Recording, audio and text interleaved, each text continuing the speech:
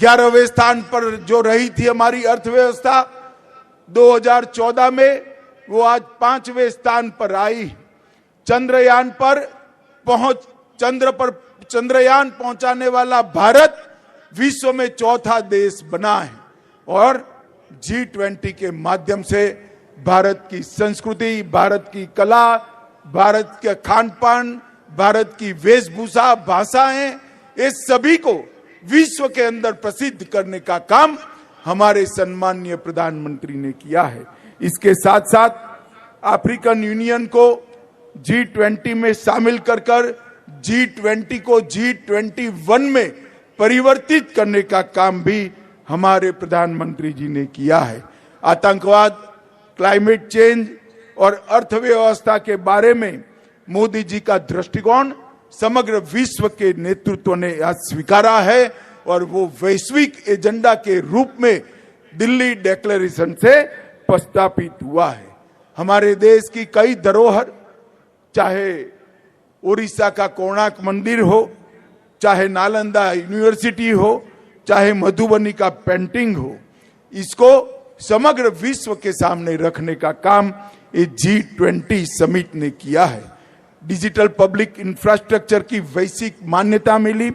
UPI, banking, आधार और mobile technology में भारत में जो क्रांति हुई है, इसकी भूरी भूरी प्रशंसा समग्र विश्व के नेताओं ने की है। मित्रों, आज मैं यहां आया हूं तब बहुत लंबी बात करना नहीं चाहता, परंतु एक बात जरूर कहना चाहता हूं। ये 400 दिन के निजाम के शासन में यहां की जनता ने जो अपार यातनाएं सहन की है, इसका हिसाब विश्व की यातनाओं के इतिहास में कहीं पर मिलना नहीं। इसीलिए सरदार पटेल ने कहा था, स्वतंत्र हैदराबाद भारत के पेट में कैंसर के समान है, उसका ऑपरेशन के बगैर और कोई रास्ता हो नहीं सकता। और इसलिए उन्होंने पुलिस एक्शन के माध्यम से हैदराबाद को स्वतंत्र करने का काम किया।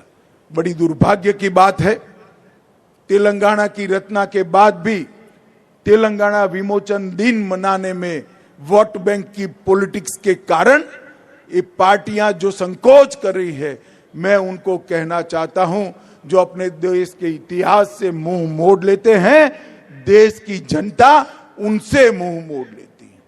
हमारे देश के इतिहास पर गौरव कर हमारे शहीदों के शहादत पर गौरव कर स्वतंत्र संग्राम के इतिहास पर गौरव कर ही हम इस देश और हैदराबाद को, तेलंगाना को आगे बढ़ा सकते हैं।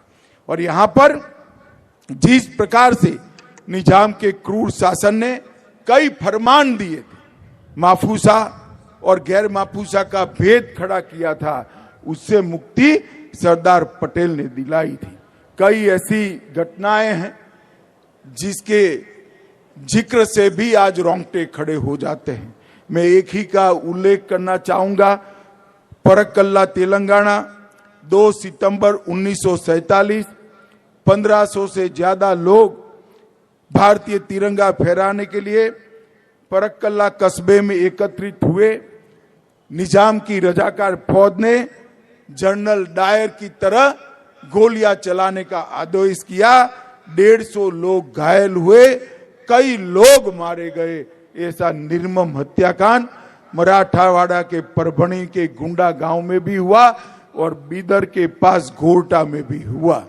इस सभी से मुक्ति दिलाने का काम सरदार पटेल ने किया। KM मुंशी और सरदार पटेल, ये दो देशभक्त नेताओं ने हैदराबाद मुक्ति का डिजाइन किया और उसको अंत तक लागू किया।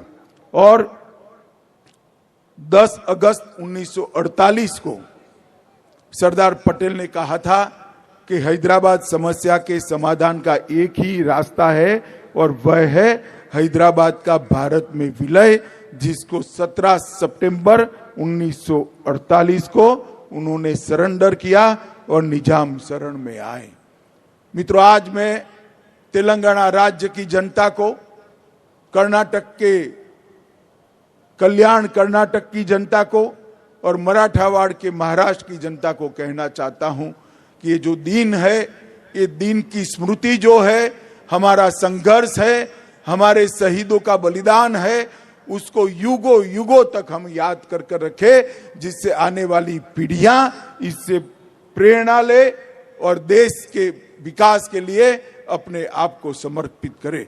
अंत में मैं फिर से एक बार सरदार वल्लभ भाई पटेल, के.एम. मुंशी और जिन जिन सभी महान आत्माओं ने इस देश के लिए, हैदराबाद मुक्ति के लिए बलिदान दिया, वो सबको प्रणाम कर कर मेरी वाणी को विराम देता हूं। मेरे साथ फिर से एक बार बोलिए, भारत माता की, भारत माता की। धन्यवाद महोदय।